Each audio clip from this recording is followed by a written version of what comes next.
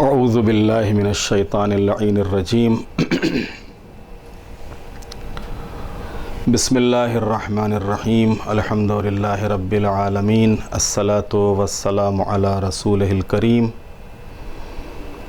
وآلہ الطیبین الطاہرین المعصومین المظلومین اما بعد۔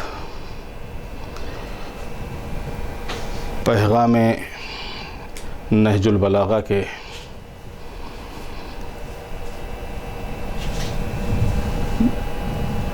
تحت پہلے ایپیسوڈ کے ساتھ آپ تمام ناظرین کی خدمت میں ہم حاضر ہیں، اور اس پیغام نہج البلاغہ کے عنوان سے آج نہج البلاغہ کا ایک مختصر سا تعارف آپ تمام ناظرین کی خدمت میں پیش کرنا چاہتا ہوں۔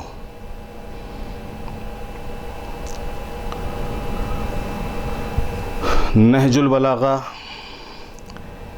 کہ جسے علامہ شریف رضی رضوان اللہ تعالی علیہ نے جمع کیا، اور یہ سید رضی جو سید شریف المرتضیٰ جنہیں علم الہدیٰ کے نام سے جانا جاتا ہے، ان کے بھائی تھے، اور جن کی تعلیم کے لیے معصوم عالم نے شیخ مفید کو ایک خواب کے ذریعے سے متوجہ کیا تھا، اور اس میں انہیں اپنے فرزند کے لفظ سے تعبیر کیا تھا۔ اس مقدس کتاب میں امیر المومنین کے 3 طرح کے ارشادات ہیں۔ ایک انداز کا نام ہے خطبہ، اور دوسرے اسلوب کا نام ہے کتب و رسائل، اور تیسرے کو حکم یا کلمات قصار سے تعبیر کیا جاتا ہے۔ نہج البلاغہ کے خطبات کی مجموعی تعداد 241 ہے۔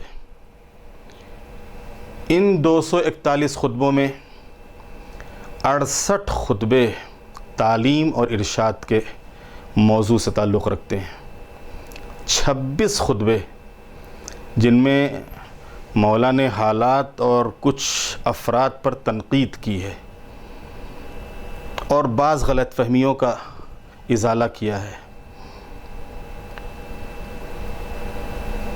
15 خطبوں میں عوام کو تنبیہ کی گئی ہے اور انہیں ان کی کمزوریوں کی طرف متوجہ کیا گیا ہے۔ 16 خطبوں میں زہد پر زور دیا گیا ہے اور انسان کو حقیقت دنیا سے آشنا بنا کر اس سے کنارہ کشی کی دعوت دی گئی ہے۔ 10 خطبوں میں الہیات کا تذکرہ ہے، جس میں ان فلسفیانہ اصطلاحات اور مناظرانہ ترکیبات کا بھی ذکر ہے جن سے اس دور کے انسان کا کوئی تعلق نہیں تھا۔ 9 خطبوں میں سرکار دو عالم کی بعثت کے اغراض و مقاصد اور اس کے حالات و ماحول پر روشنی ڈالی گئی ہے۔ 10 خطبوں میں قوم کو جہاد پر آمادہ کیا گیا ہے اور جہاد راہ خدا کے فضائل و مناقب اور اس کے محاسن کا تذکرہ کیا گیا ہے۔ 9 خطبوں میں فتنوں کا تذکرہ کیا گیا ہے اور اس سے بچنے کے طریقوں کی طرف اشارہ کیا گیا ہے۔ 8 خطبے تحدید و انذار کے سلسلے میں ہیں۔ 6 خطبوں میں مختلف موضوعات پر مناظرانہ انداز اختیار کیا ہے اور باطل کے مقابلے میں حق کی تائید کے دلائل فراہم کیے گئے ہیں۔ 5 خطبوں میں صورتحال کی کھلی ہوئی فریاد ہے اور اس بات کی طرف اشارہ ہے کہ حالات اس قدر بدتر ہو گئے کہ علی جیسا صابر و شاکر انسان بھی اس ظلم کے اوپر فریاد پر آمادہ ہو گیا۔ 6 خطبوں میں دعاؤں کا سلیقہ تعلیم کیا گیا ہے، اور عبد اور معبود کے درمیان مناجات کے رسول اللہ صلی اللہ علیہ وآلہ وسلم نے فرمایا اِنَّ لِقَتْلِ الْحُسَيْنِ حَرَارَةً فِي قُلُوبِ الْمُؤْمِنِينَ لَا تَبْرُدُوا أَبَدًا، بے شک قتل امام حسین مومنین کے قلب کی ایک ایسی حرارت ہے جسے کبھی کوئی ٹھنڈا نہیں کر سکتا، اور اس حدیث کی بہترین دلیل 40 امام حسین ہے۔ 5 خطبوں کا موضوع سیاست سے متعلق ہے، جس میں مولا کائنات کے حکیمانہ انداز حکومت کا تذکرہ ہے، اور یہ معلوم ہوتا ہے کہ آپ پر سیاست سے ناواقفیت کا الزام ایک جہالت اور حماقت کے علاوہ کچھ نہیں۔ علی کی سیاست الہیہ ہے۔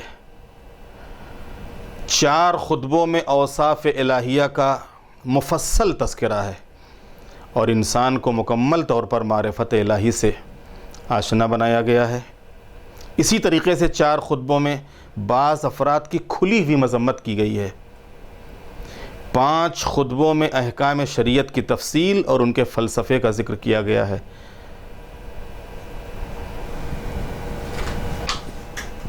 3 خطبوں میں نیک کردار اور مخلص افراد کی حوصلہ افزائی کی گئی ہے۔ 2 خطبوں میں ابتدائے تخلیق کا تذکرہ کیا گیا ہے۔ 1 خطبہ مرثیے پر مشتمل ہے، اور یہ بھی انسانی زندگی کی عظیم ترین ضرورت ہے، جس سے انسان کی انسانیت کا اثبات ہوتا ہے اور قلب بشر پتھر کے حدود سے باہر نکل آتا ہے۔ 1 خطبے میں مختلف زمینوں کے اثرات کا تذکرہ کیا گیا ہے، کیونکہ مقامی فضا انسانی حالات پر بہرحال اثر انداز ہوتی ہے، اور انسان کو اس نقطے کی طرف بھی توجہ رکھنا چاہیے۔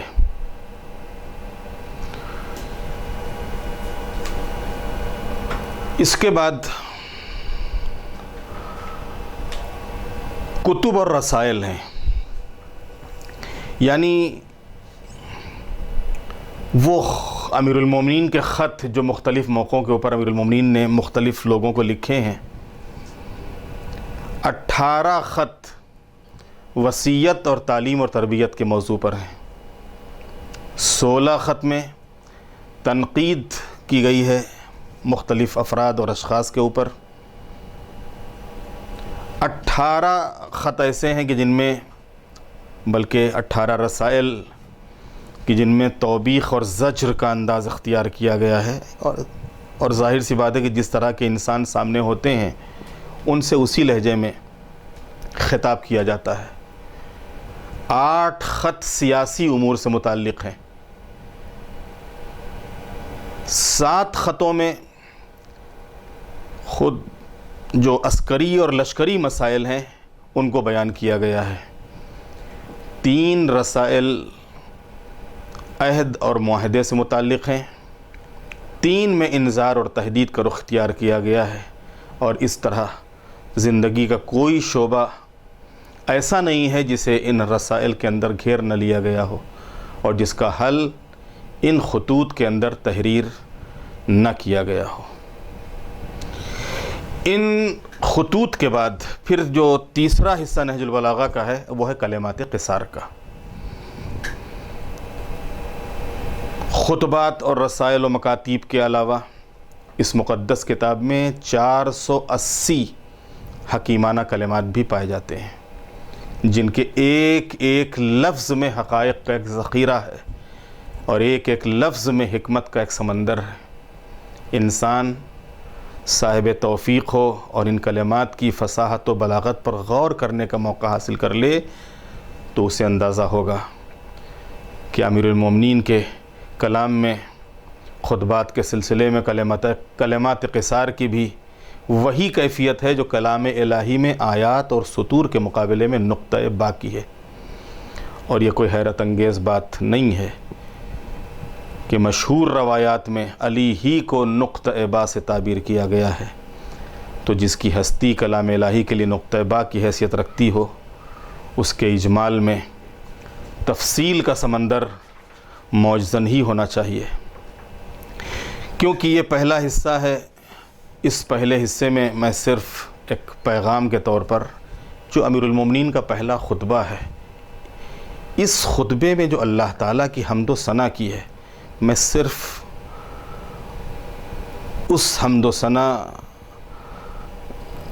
کے مختصر جملے آپ کی خدمت میں پیش کرنا چاہتا ہوں۔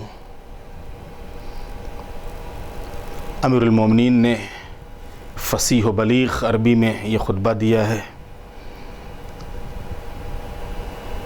جن کا ترجمہ یہ ہے کہ ساری تعریف اس اللہ کے لیے ہے جس کی مدحت تک بولنے والوں کے تکلم کی رسائی نہیں ہے، اور اس کی نعمتوں کو گننے والے شمار نہیں کر سکتے ہیں، اس کے حق کو کوشش کرنے والے بھی ادا نہیں کر سکتے، نہ ہمتوں کی بلندیاں اس کا ادراک کر سکتی ہیں، اور نہ ذہانتوں کی گہرائیاں اس کی تہ تک جا سکتی ہیں۔ اس کی صفت ذات کے لیے نہ کوئی معین حد ہے، اس کی صفت ذات کے لیے نہ کوئی معین حد ہے، نہ توصیفی کلمات، نہ مقررہ وقت ہے اور نہ آخری مدت۔ اس نے تمام مخلوقات کو صرف اپنی قدرت کاملہ سے پیدا کیا ہے، اور پھر اپنی رحمت ہی سے ہوائیں چلائی ہیں، اور زمین کی حرکت کو پہاڑوں کی میخوں سے سنبھال کر رکھا ہے۔ انشاءاللہ ہم اس کے بعد پھر اسی خطبے کے دوسرے حصے کے ساتھ آپ کی خدمت میں حاضر ہوں گے۔ اس وقت تک کے لیے اجازت دیجیے۔ خدا حافظ۔